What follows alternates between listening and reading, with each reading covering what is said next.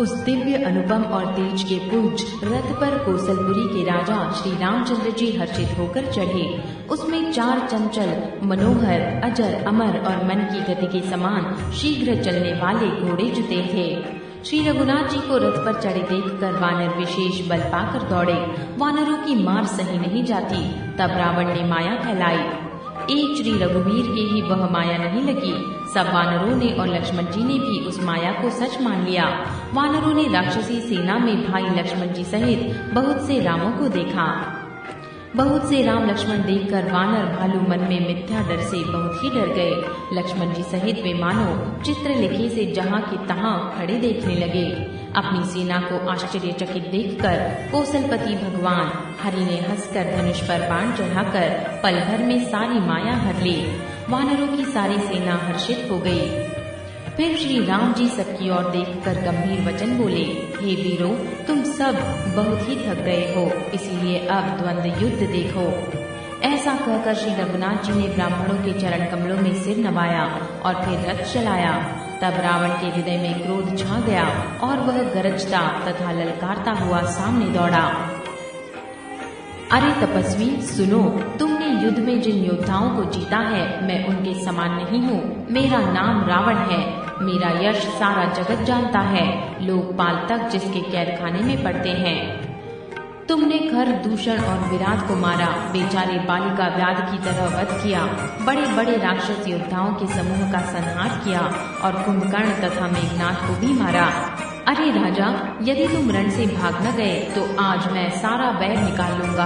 आज मैं तुम्हें निश्चय ही काल के हवाले कर दूंगा। तुम कठिन रावण के पाले पड़े हो। रावण के दुर्वचन सुनकर और उसे कालवश जान कृपानिधान श्री राम जी ने हंसकर यह वचन कहा, तुम्हारी सारी प्रभुता जैसा तुम कहते हो बिल्कुल सच है, पर अब व्यर्थ बकवाद न करो, अपना पुरुषार्थ दिखलाओ। व्यर्थ बकवाद करके अपने सुंदर यश का नाश न करो। क्षमा करना, तुम्हें नीति सुनाता हूँ, सुनो। संसार में 3 प्रकार के पुरुष होते हैं, पाटल, आम और कटहल के समान। एक फूल देते हैं, एक फूल और फल दोनों देते हैं और एक में केवल फल ही लगते हैं। इसी प्रकार एक कहते हैं, दूसरे कहते और करते भी हैं और एक केवल करते हैं पर वाणी से कहते नहीं। श्री राम जी के वचन सुनकर वह खूब हंसा। मुझे ज्ञान सिखाते हो। उस समय वैर करते तो नहीं डरे, अब प्राण प्यारे लग रहे हैं। दुर्वचन कहकर रावण क्रुद्ध होकर वज्र के समान बाण छोड़ने लगा। अनेकों आकार के बाण दौड़े और दिशा विदिशा तथा आकाश और पृथ्वी में सब जगह छा गए। श्री रघुवीर ने अपने बाण छोड़ा। रावण के सब बाण क्षण भर में भस्म हो गए। तब उसने खिसियाकर तीक्ष्ण शक्ति छोड़ी। श्री रामचंद्र जी ने उसको बाण के साथ वापस भेज दिया। वह करोड़ों चक्र और त्रिशूल चलाता है, परंतु प्रभु उन्हें बिना ही परिश्रम काट कर हटा देते हैं। रावण के बाण किस प्रकार निष्फल होते हैं, जैसे दुष्ट मनुष्य के सब मनोरथ। तब उसने श्री राम जी के सारथी को 100 बाण मारे। वह श्री राम जी की जय पुकार कर पृथ्वी पर गिर पड़ा। श्री राम जी ने कृपा करके सारथी को उठाया। तब प्रभु अत्यंत क्रोध को प्राप्त हुए। युद्ध में शत्रु के विरुद्ध श्री रघुनाथ जी क्रोधित हुए। तब तर्कस में बाण कस मसाने लगे। उनके धनुष का अत्यंत प्रचंड शब्द सुनकर मनुष्य भक्षी सब राक्षस वातग्रस्त हो गए। मंदोदरी का हृदय कांप उठा। समुद्र, कच्छप, पृथ्वी और पर्वत डर गए। दिशाओं के हाथी पृथ्वी को दांतों से पकड़कर चिघाड़ने लगे। यह कौतुक देखकर देवता हंसे। धनुष को कान तक तान कर श्री रामचंद्र जी ने भयानक बाण छोड़े। श्री राम जी के बाण समूह ऐसे चले मानो सर्प लहलहाते हुए जा रहे हों। बाण ऐसे चले मानो पंख वाले सर्प उड़ रहे हों। उन्होंने पहले सारथी और घोड़ों को मार डाला, फिर रथ को चूर चूर करके ध्वजा और पताकाओं को गिरा दिया। तब रावण बड़े जोर से गरजा, पर भीतर से उसका बल थक गया था। तुरंत दूसरे रथ पर चढ़कर खिसियाकर उसने नाना प्रकार के अस्त्र शस्त्र छोड़े। उसके सब उद्योग वैसे ही निष्फल हो रहे हैं, जैसे परद्रोह में लगे हुए चित्त वाले मनुष्य के होते हैं। तब रावण ने 10 त्रिशूल चलाए और श्री राम जी के चारों घोड़ों को मारकर पृथ्वी पर गिरा दिया। घोड़ों को उठाकर श्री रघुनाथ जी ने क्रोध करके धनुष खींचकर बाण छोड़े। रावण के सिर रूपी कमल वन में विचरण करने वाले श्री रघुवीर के बाण रूपी ब्रह्मरों की पंक्ति चली। श्री रामचंद्र जी ने उसके 10 सिरों में 10 बाण मारे, जो आर पार हो गए और सिरों से रक्त के पनाले बहने चले। रुधिर बहते हुए ही बलवान रावण दौड़ा। प्रभु ने फिर धनुष पर बाण संधान किया। श्री रघुवीर ने 30 बाण मारे और 20 भुजाओं समेत 10 सिर काटकर पृथ्वी पर गिरा दिए। सिर और हाथ काटते ही फिर नए हो गए। श्री राम जी ने फिर भुजाओं और सिरों को काट गिराया। इस तरह प्रभु ने बहुत बार भुजाएं और सिर काटे, परंतु काटते ही वे तुरंत फिर नए हो गए। प्रभु बार बार उसकी भुजा और सिरों को काट रहे हैं, क्योंकि कौशलपति श्री राम जी बड़े कौतुकी हैं। आकाश में सिर और बाहु ऐसे छा गए हैं मानो असंख्य केतु और राहु हो। मानो अनेकों राहु और केतु रुधिर बहाते हुए आकाश मार्ग से दौड़ रहे हैं। श्री रघुवीर के प्रचंड बाणों के लगने से वे पृथ्वी पर गिरने नहीं पाते। एक एक बाण से समूह के समूह सिर छिड़े हुए आकाश में उड़ते ऐसे शोभा दे रहे हैं मानो सूर्य की किरणें क्रोध करके जहाँ तहाँ राहुओं को पिरो रही हो। जैसे जैसे प्रभु उसके सिरों को काटते हैं, वैसे ही वैसे वे अपार होते जाते हैं। जैसे विषयों का सेवन करने से काम दिन प्रतिदिन नया नया बढ़ता जाता है। सिरों की बाढ़ देखकर रावण को अपना मरण भूल गया और बड़ा गहरा क्रोध हुआ। वह महान अभिमानी मूर्ख गर्जा और 10 धनुष्यों को तान कर दौड़ा। रणभूमि में रावण ने क्रोध किया और बाण बरसाकर श्री रघुनाथ जी के रथ को ढक दिया। एक दंड तक रथ दिखलाई न पड़ा, मानो कुहेर में सूर्य छिप गया हो।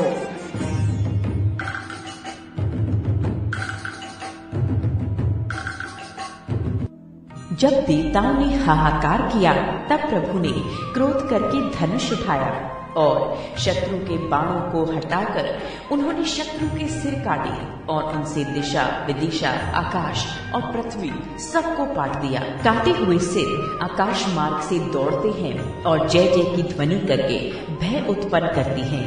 लक्ष्मण और वानरराज सुग्रीव कहाँ हैं? कौशलपति रघुवीर कहाँ हैं?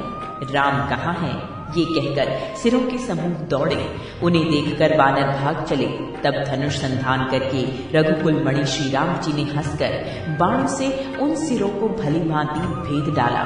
हाथों में मुंडों की मालाएं लेकर बहुत सी कालिकाएं झुंड की झुंड मिलकर इकट्ठी हुई और वे रुधिर की नदी में स्नान करके चली, मानो संग्राम रूपी वट वृक्ष की पूजा करने जा रही हों। फिर रावण ने क्रोधित होकर प्रचंड शक्ति छोड़ी। वो विभीषण के सामने ऐसी चली जैसे काल यमराज का दंड हो।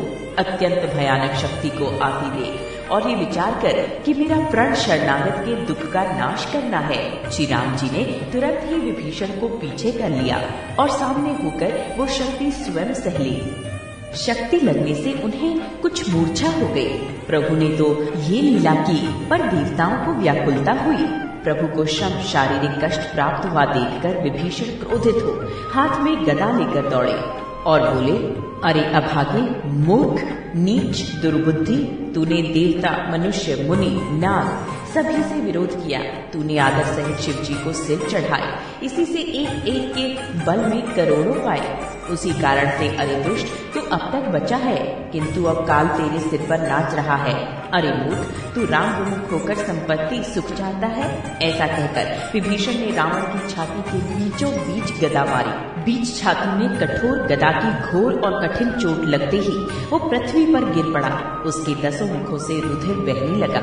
वो अपने को फिर संभालकर क्रोध में भरा हुआ दौड़ा। दोनों अत्यंत बलवान योद्धा भिड़ गए और मल्ल युद्ध में एक दूसरे के विरुद्ध होकर मारने लगे। श्री रघुवीर के बल से गर्वित विभीषण उसको रावण जैसे जग विजयी योद्धा को पाषंड के बराबर भी नहीं समझते। शिव जी कहते हैं, हे उमा, विभीषण क्या कभी रावण के सामने आंख उठाकर भी देख सकता था? परंतु वो वही काल के समान उससे भिड़ रहा था। ये श्री रघुवीर का ही प्रभाव है। विभीषण को बहुत ही थका हुआ देखकर हनुमान जी पर्वत धारण किए हुए दौड़े। उन्होंने उस पर्वत से रावण के रथ, घोड़े और सारथी का संहार कर डाला और उसके सीने पर लात मारी। रावण खड़ा रहा पर उसका शरीर अत्यंत कांपने लगा। विभीषण वहां गए जहां सेवकों के रक्षक श्री राम थे। फिर रावण ने ललकार कर हनुमान जी को मारा। वे पूंछ फैलाकर आकाश में चले गए। रावण ने पूंछ पकड़ ली। हनुमान जी उसको साथ लिए हुए ऊपर उड़े। फिर लौटकर महाबलवान हनुमान जी उससे भिड़ गए। दोनों समान योद्धा आकाश में लड़ते हुए एक दूसरे को क्रोध करके मारने लगे। दोनों बहुत से छल बल करते हुए आकाश में ऐसे शोभित हो रहे हैं मानो कज्जलगिरी और सुमेरु पर्वत लड़ रहे हों। जब बुद्धि और बल से राक्षस गिराए न गिरा, तब मारुति श्री हनुमान जी ने प्रभु को स्मरण किया। श्री रघुवीर का स्मरण करके धीर हनुमान जी ने ललकार कर रावण को मारा। वे दोनों पृथ्वी पर गिरते और फिर उठकर लड़ते हैं। देवताओं ने दोनों की जय जय पुकारी। हनुमान जी पर संकट देखकर वानर भालू क्रोधातुर होकर दौड़े, किंतु रण मद माते रावण ने सब योद्धाओं को अपने प्रचंड भुजाओं के बल से कुचल और मसल डाला। तब श्री रघुवीर के ललकारने पर प्रचंड वीर वानर दौड़े। वानरों के प्रबल दल को देखकर रावण ने माया प्रकट की। क्षण भर के लिए वो अदृश्य हो गया। फिर उस दुष्ट ने अनेकों रूप प्रकट किए। श्री रघुनाथ जी की सेना में जितने रीछ वानर थे, उतने ही रावण जहाँ तहाँ चारों ओर प्रकट हो गए। वानरों में अपरिमित रावण देखे। भालू और वानर जहाँ तहाँ इधर उधर भाग चले। वानर धीरज नहीं धरते। हे लक्ष्मण जी, हे रघुवीर, बचाइए बचाइए, यूं पुकारते हुए वे भागे जा रहे हैं। दसों दिशाओं में करोड़ों रावण दौड़ते हैं और घोर कठोर भयानक गर्जन कर रहे हैं। सब देवता डर गए और ऐसा कहते हुए भाग चले कि हे भाई, अब जय की आशा छोड़ दो। एक ही रावण ने सब देवताओं को जीत लिया था, अब तो बहुत से रावण हो गए हैं। इससे अब पहाड़ की गुफाओं का आश्रय लो, अर्थात उनमें छिप जाओ। वहाँ ब्रह्मा, शंभु और ज्ञानी मुनि ही डटे रहे, जिन्होंने प्रभु की कुछ महिमा जानी थी। जो प्रभु का प्रताप जानते हैं, वे निर्भय डटे रहे। वानरों ने शत्रुओं बहुत से रावणों को सच्चा ही मान लिया। इससे सब वानर भालू विचलित होकर हे कृपालु रक्षा कीजिए यूं पुकारते हुए भय से व्याकुल होकर भाग चले।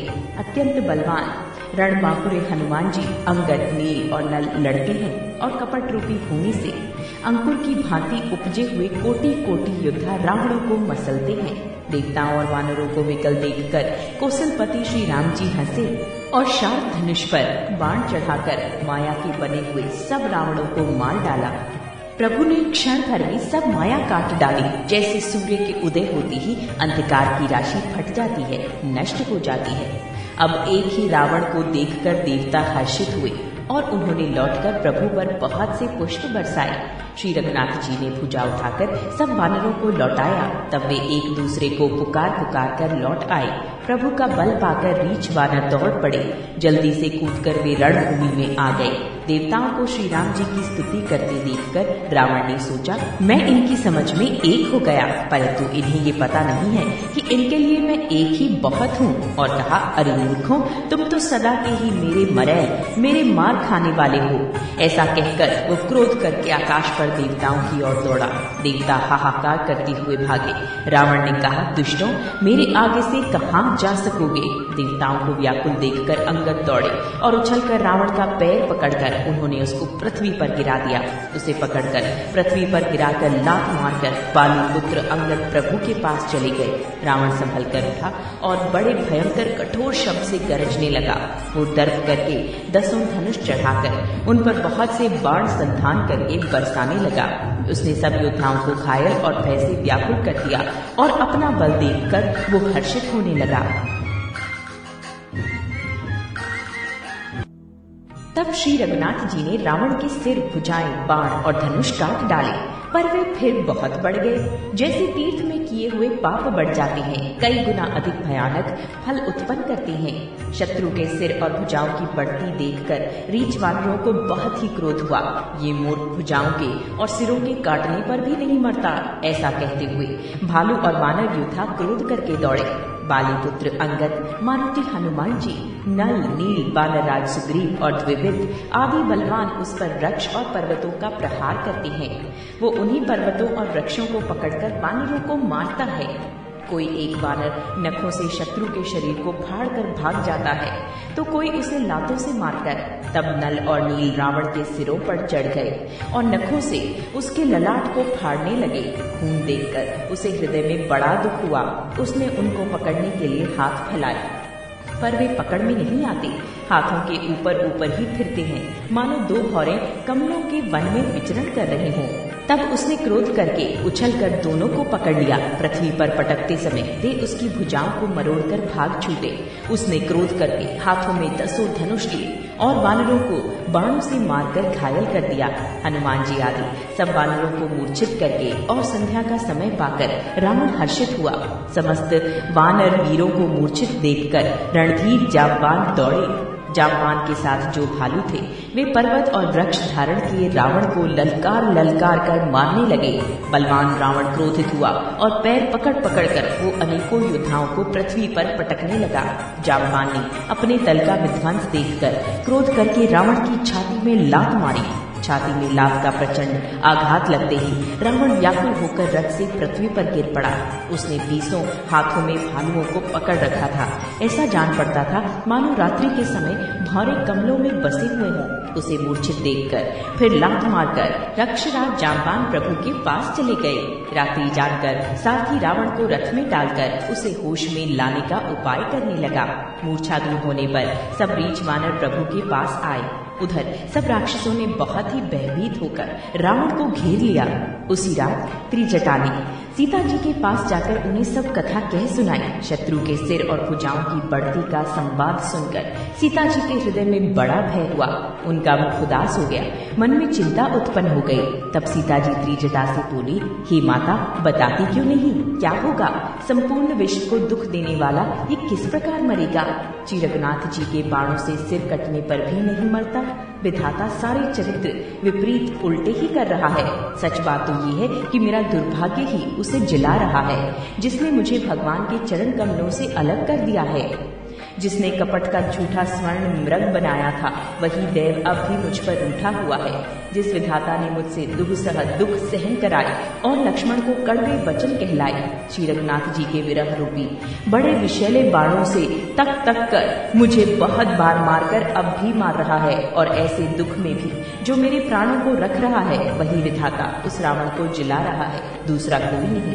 कृपा निधान श्री राम जी की याद कर करके जानकी जी बहुत प्रकार से विलाप कर रही हैं। त्रिजटा ने कहा, हे राजकुमारी सुनो, देवताओं का शत्रु रावण हृदय में बाण लगते ही मर जाएगा, परंतु प्रभु उसके हृदय में बाण इसलिए नहीं मारते कि इसके हृदय में जानकी जी आप बसती हैं। वे यही सोचकर रह जाते हैं कि इसके हृदय में जानकी का निवास है, जानकी के हृदय में मेरा निवास है और मेरे उदर में अनेकों भुवन है। अतः रावण के हृदय में बाण लगते ही सब भुवनों का नाश हो जाएगा। ये वचन सुनकर सीता जी के मन में अत्यंत हर्ष और विषाद हुआ। देखकर त्रिजटा ने फिर कहा, हे सुंदरी, महान संदेह का त्याग कर दो। अब सुनो, शत्रु इस प्रकार मरेगा। सिरों के बार बार काटे जाने से जब वो व्याकुल हो जाएगा और उसके हृदय से तुम्हारा ध्यान छूट जाएगा, तब सुजान अंतर्यामी श्री राम जी रावण के हृदय में बाण मारेंगे। ऐसा कहकर और सीता जी को बहुत प्रकार से समझाकर फिर त्रिजटा अपने घर चली गई। श्री रामचंद्र जी के स्वभाव का स्मरण करके जानकी जी को अत्यंत विरह व्यवस्था उत्पन्न हुई। वे रात्रि की और चंद्रमा की बहुत प्रकार से निंदा कर रही है और कह रही है, रात युग के समान बड़ी हो गई, वो बीतती ही नहीं। जानकी जी श्री राम जी के विरह में दुखी होकर मन ही मन भारी विलाप कर रही हैं। जब विरह के मारे हृदय में दारुण दाह हो गया, तब उनका बायां नेत्र और बाहु फड़क उठे। शकुन समझकर उन्होंने मन में धैर्य धारण किया कि अब कृपालु श्री रघुवीर अवश्य मिलेंगे। यहाँ आधी रात को रावण मूर्छा से जगा और अपने सारथी पर रुष्ट होकर कहने लगा, अरे मूर्ख, तूने मुझे रणभूमि से अलग कर दिया। अरे अधम, अरे मंद बुद्धि, तुझे धिक्कार है, धिक्कार है। सारथी ने चरण पकड़कर रावण को बहुत प्रकार से समझाया। सवेरा होते ही वो रथ पर चढ़कर फिर दौड़ा। रावण का आना सुनकर वानरों की सेना में बड़ी खलबली मच गई। वे भारी योद्धा जहां तहां से पर्वत और वृक्ष उखाड़कर क्रोध से दांत कटकटाकर दौड़े। विकट और विकराल वानर भालू हाथों में पर्वत लिए दौड़े। वे अत्यंत क्रोध करके प्रहार करते हैं। उनके मारने से राक्षस भाग चले। बलवान वानरों ने शत्रु की सेना को विचलित करके फिर रावण को घेर लिया।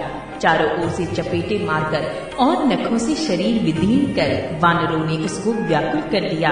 वानरों को बड़ा ही प्रबल देखकर रावण ने विचार किया और अंतर ध्यान होकर क्षण भर में उसने माया फैलाई। जब उसने पाखंड माया रचा तब भयंकर जीव प्रकट हो गए। बेताल, भूत और पिशाच हाथों में धनुष बाण लिए प्रकट हुए।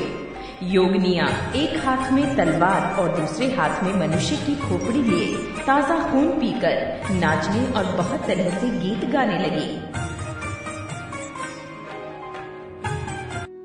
वे पकड़ो मारो आदि घोर शब्द बोल रही है। चारों ओर सब दिशाओं में ये ध्वनि भर गई। वे मुख फैलाकर खाने दौड़ती हैं। तब वानर भागने लगे। वानर भागकर जहाँ भी जाती हैं वहीं आग जलती देखते हैं। वानर भालू व्याकुल हो गए। फिर रावण बालू बरसाने लगा। वानरों को जहाँ तहाँ थकित शिथिल कर रावण फिर गरजा। लक्ष्मण जी और सुग्रीव सहित सभी वीर अचेत हो गए। हा राम, हा रघुनाथ पुकारते हुए श्रेष्ठ योद्धा अपने हाथ मलते पछताते हैं। इस प्रकार सबका बल तोड़कर रावण ने फिर दूसरी माया रची। उसने बहुत से हनुमान प्रकट किए जो पत्थर लिए दौड़े। उन्होंने चारों ओर दल बनाकर श्री रामचंद्र जी को जा घेरा। वे पूंछ उठाकर कटकटाते हुए पुकारने लगे, मारो पकड़ो जाने न पावे। उनके लंगूर पूंछ दसों दिशाओं में शोभा दे रही है और उनके बीच में कौशल राज श्री राम जी हैं। उनके बीच में कौशल राज का सुंदर श्याम शरीर ऐसी शोभा पा रहा है मानो ऊंचे तमाल वृक्ष के लिए अनेक इंद्रधनुषों की श्रेष्ठ बाढ़ घेरा बनाई गई हो। प्रभु को देखकर देवता हर्ष और विषाद युक्त हृदय से जय जय जय ऐसा बोलने लगे। तब श्री रघुवीर ने क्रोध करके एक ही वाणी से तिमेश मात्र में रावण की सारी माया हर ली। माया दूर हो जाने पर वानर भालू हर्षित हुए और वृक्ष तथा पर्वत ले लेकर सब लौट पड़े। श्री राम जी ने बाणों के समूह छोड़े जिनसे रावण के हाथ और सिर फिर कट कट कर पृथ्वी पर गिर पड़े। श्री राम जी और रावण के युद्ध का चरित्र यदि सैकड़ों शेष, सरस्वती, वेद और कवि अनेक कल्पों तक गाते रहे तो भी वे उसका पार नहीं पा सकते। उसी चरित्र के कुछ गुणगण मंद बुद्धि तुलसीदास जी ने कहे हैं। जैसे मक्खी भी अपने पुरुषार्थ के अनुसार आकाश में उड़ती है, सिर और भुजाएं बहुत बार काटी गई, फिर भी वीर रावण मरता नहीं। प्रभु तो खेल कर रहे हैं, परंतु मुनि, सिद्ध और देवता उस क्लेश को देखकर प्रभु को क्लेश पाते समझकर व्याकुल हैं। काटते ही सिरों का समूह बढ़ जाता है। जैसे प्रत्येक लाभ पर लोभ बढ़ता है, शत्रु मरता नहीं और परिश्रम बहुत हुआ। तब श्री रामचंद्र जी ने विभीषण की ओर देखा। शिव जी कहते हैं, हे उमा, जिसकी इच्छा मात्र से काल भी मर जाता है, वही प्रभु सेवक की प्रीति की परीक्षा ले रहे हैं। विभीषण जी ने कहा, हे सर्वज्ञ, हे चराचर के स्वामी, हे शरणागत के पालन करने वाले, हे देवता और मुनियों को सुख देने वाले, सुनिए। इसके नाभि कुंड में अमृत का निवास है। हे नाथ, रावण उसी के बल पर जीता है। विभीषण के वचन सुनते ही कृपालु श्री रघुनाथ जी ने हर्षित होकर हाथ में विकराल बाण लिए। उस समय नाना प्रकार के अशकुन होने लगे। बहुत से गधे, सियार और कुत्ते रोने लगे। जगत के दुख अशुभ को सूचित करने के लिए पक्षी बोलने लगे। आकाश में जहाँ तहाँ केतु, पुच्छल तारे प्रकट हो गए। दसों दिशाओं में अत्यंत दाह होने लगा, आग लगने लगी। बिना ही पर्व के सूर्य ग्रहण होने लगा। मंदोदरी का हृदय बहुत कांपने लगा। मूर्तियां नेत्र मार्ग से जल बहाने लगी। मूर्तियां रोने लगी। आकाश से वज्रपात होने लगे। अत्यंत प्रचंड वायु बहने लगी। पृथ्वी हिलने लगी। बादल रक्त, बाल और धूल की वर्षा करने लगे। इस प्रकार इतने अधिक अमंगल होने लगे कि उनको कौन कह सकता है। अपरिमित उत्पात देखकर आकाश में देवता व्याकुल होकर जय जय पुकार उठे। देवताओं को भयभीत जानकर कृपालु श्री रघुनाथ जी धनुष पर बाण संधान करने लगे। कानों तक धनुष को खींचकर श्री रघुनाथ जी ने 31 बाण छोड़े। वे श्री रामचंद्र जी के बाण ऐसे चले मानो काल सर्प हो। एक बाण ने नाभि के अमृत कुंड को सोख लिया। दूसरे दिन बाण टोप करके उसके सिरों और भुजाओं में लगे। बाण सिरों और भुजाओं को लेकर चले। सिरों और भुजाओं से रहित रुंड धड़ पृथ्वी पर नाचने लगा। धड़ प्रचंड वेग से दौड़ता है जिससे धरती धंसने लगी। तब प्रभु ने बाण मारकर उसके 2 टुकड़े कर दिए। मरते समय रावण बड़े घोर शब्द से गर्ज कर बोला, राम कहाँ है? मैं ललकार कर उनको युद्ध में मारूं। रावण के गिरते ही पृथ्वी हिल गई। समुद्र, नदियां, दिशाओं के हाथी और पर्वत क्षुब्ध हो उठे। रावण धड़ के दोनों टुकड़ों को फैलाकर भालू और वानरों के समुदाय को दबाता हुआ पृथ्वी पर गिर पड़ा। रावण की भुजाओं और सिरों को मंदोदरी के सामने रखकर राम बाण वहीं चले जहां जगदीश्वर श्री राम जी थे। सब बाण जाकर तर्कस में प्रवेश कर गए। ये देखकर देवताओं ने नगाड़े बजाए। रावण का तेज प्रभु के मुख में समा गया। ये देखकर शिव जी और ब्रह्मा जी हर्षित हुए। ब्रह्मांड भर में जय जय की ध्वनि भर गई। प्रबल भुजदंडों वाले श्री रघुवीर की जय हो। देवता और मुनियों के समूह फूल बरसाते हैं और कहते हैं कृपालु की जय हो, मुकुंद की जय हो, जय हो। हे कृपा के कंद, हे मोक्षदाता मुकुंद, हे राग द्वेष हर्ष शोक जन्म मृत्यु आदि द्वंद्वों के हरने वाले, शरणागत को सुख देने वाले प्रभु, हे दुष्ट दल को विदीर्ण करने वाले, हे कारणों के भी परम कारण, हे सदा करुणा करने वाले, हे सर्वव्यापक विभो, आपकी जय हो। देवता हर्ष में भरे हुए पुष्प बरसाते हैं। घमाघम नगाड़े बज रही हैं। रणभूमि में श्री रामचंद्र जी के अंगों ने बहुत से कामदेवों की शोभा प्राप्त की। सिर पर जटाओं का मुकुट है जिसके बीच बीच में अत्यंत मनोहर पुष्प शोभा दे रही हैं। मानो नीले पर्वत पर बिजली के समूह सहित नक्षत्र सुशोभित हो रही हैं। श्री राम जी अपने भुजदंडों से बाण और धनुष फिरा रहे हैं। शरीर पर रुधिर के कण अत्यंत सुंदर लगते हैं। मानो तमाल के वृक्ष पर बहुत सी लल मुनिया चिड़िया अपने महान सुख में मग्न हुई निश्चल बैठी हों। प्रभु श्री रामचंद्र जी ने कृपा दृष्टि की वर्षा करके देव समूहों को निर्भय कर दिया। वानर भालू सब हर्षित हुए और सुखदाम मुकुंद की जय हो ऐसा पुकारने लगे। पति के सिर देखते ही मंदोदरी व्याकुल और मूर्छित होकर धरती पर गिर पड़ी। स्त्रियां रोती हुई उठ दौड़ी और उस मंदोदरी को उठाकर रावण के पास आईं। पति की दशा देखकर वे पुकार पुकार कर रोने लगी। उनके बाल खुल गए, देह की संभाल नहीं रही। वे अनेकों प्रकार से छाती पीटती हैं और रोती हुई रावण के प्रताप का बखान करती हैं। वे कहती हैं, हे नाथ, तुम्हारे बल से पृथ्वी सदा कांपती रहती थी। अग्नि, चंद्रमा और सूर्य तुम्हारे सामने तेजहीन थे। शेष और कच्छप भी जिसका भार नहीं सह सकते थे, वही तुम्हारा शरीर आज धूल में भरा हुआ पृथ्वी पर पड़ा है।